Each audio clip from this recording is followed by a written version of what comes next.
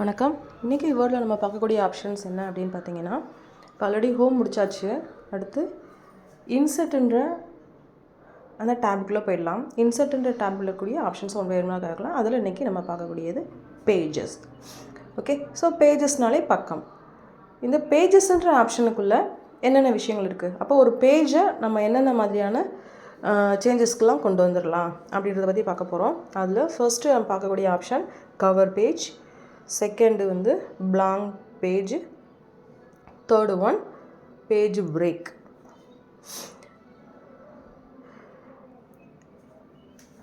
இப்போ இந்த 3 நேம்லேயே நமக்கு கொஞ்சம் மீனிங் புரியும். இப்போ கவர் பேஜ்னால் நமக்கு தெரிஞ்ச விஷயம்தான். இப்போ புக்கெலாம் ரெடி பண்ணுறீங்க, இப்போ நீங்கள் ஒரு அசைன்மெண்ட் ரெடி பண்ணுறீங்க, புக் ரெடி பண்ணுறீங்க, டாக்குமெண்ட் ரெடி பண்ணுறீங்க அப்படின்னா கண்டென்ட் ரெடி பண்ணியாச்சு. இப்போ இந்த கண்டென்ட்டுக்கு மேலே வைக்கிறதுக்கு என்ன பண்ணணும், ஒரு கவர் பேஜ் வேணும். ஸோ அந்த மாதிரி கவர் பேஜை ரெடி பண்ணுறதுக்கு, அந்த ஃப்ரண்ட் பேஜை டிசைன் பண்ணுறதுக்கு இந்த மாதிரி ஒரு மாடல், ஒரு எக்ஸாம்பிளுக்காக இதை நான் காட்டுறேன். இந்த மாதிரி ஒரு மாடலில் நம்ம ரெடி பண்ணணும் அப்படின்னா, சப்போஸ் ஒரு ஐடியா இல்லைன்னு வச்சுக்கோங்க, நமக்கு என்ன பண்ணியிருக்காங்கன்னு பார்த்தீங்கன்னா, டிஃபால்ட்டாகவே சில ஆப்ஷன்ஸ் வந்து அவங்க கொடுத்துருக்காங்க. அந்த ஆப்ஷன் நம்ம யூஸ் பண்ணிக்கலாம். ஒரு எக்ஸாம்பிளுக்கு இந்த ஃப்ரண்ட் பேஜ் காட்டுறேன். இது மாதிரி நாம் ரெடி பண்ணுற ஒரு டாக்குமெண்ட்டுக்கு ஃப்ரண்ட் பேஜ் ரெடி பண்ணணும், ஒரு கவர் பேஜ் ரெடி பண்ணணும்னா அதுக்கு நீங்கள் கவர் பேஜ்ன்ற ஆப்ஷனை சூஸ் பண்ணிங்கன்னா உங்களுக்கு சில மாடல்ஸ் கொடுத்துருப்பாங்க. இதில் தேவையான மாடலை நீங்கள் சூஸ் பண்ணிக்கலாம். சூஸ் பண்ண உடனே ஆட்டோமேட்டிக்காக உங்கள் கர்சர் பாயிண்ட் எங்கே இருந்தாலும் அதுவே ஃப்ரண்ட் பேஜுக்கு போயிடும்.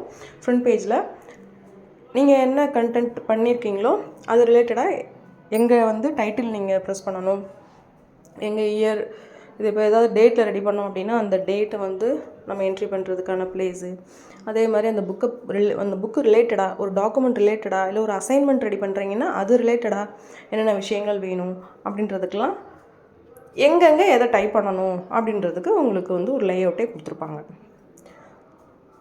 அப்போ இங்கே டைட்டில் வேணும்னா நான் இந்த கம்ப்யூட்டர் அசைன்மெண்ட் அப்படின்ற ஒரு டைட்டிலை கொடுத்துக்கிட்டேன்.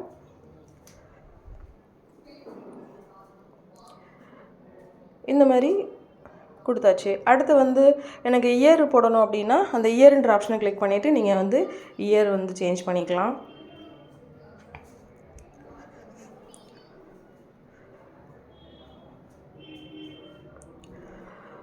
டேட் வேணும் அப்படின்னா அங்கே உங்களோட ஆரோ மார்க் இருக்கும். அந்த ஆரோவை ப்ரெஸ் பண்ணிங்கன்னா உங்களுக்கு அந்த கேலண்டரே டிஸ்பிளே ஆகும். அந்த கேலண்டர் மூலமாக எந்த மந்த்து என்ன டேட்டுன்றதை நீங்கள் சூஸ் பண்ணிக்கலாம்.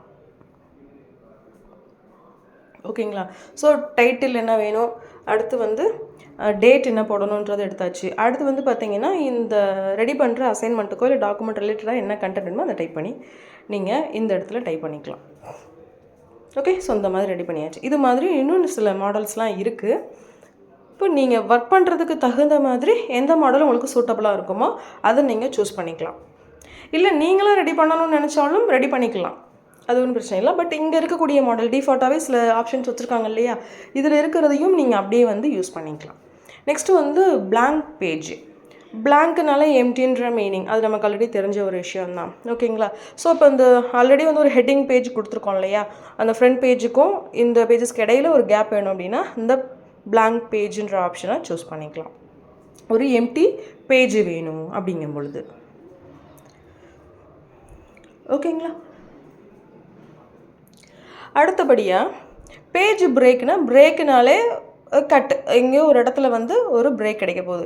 ஸோ அந்த பேஜ், அந்த கவர் பேஜுன்னு இருக்கு இல்லையா, அதுக்கு பின்னாடி எனக்கு வந்து ஒரு எம்டி ஸ்பேஸ் வேணும்.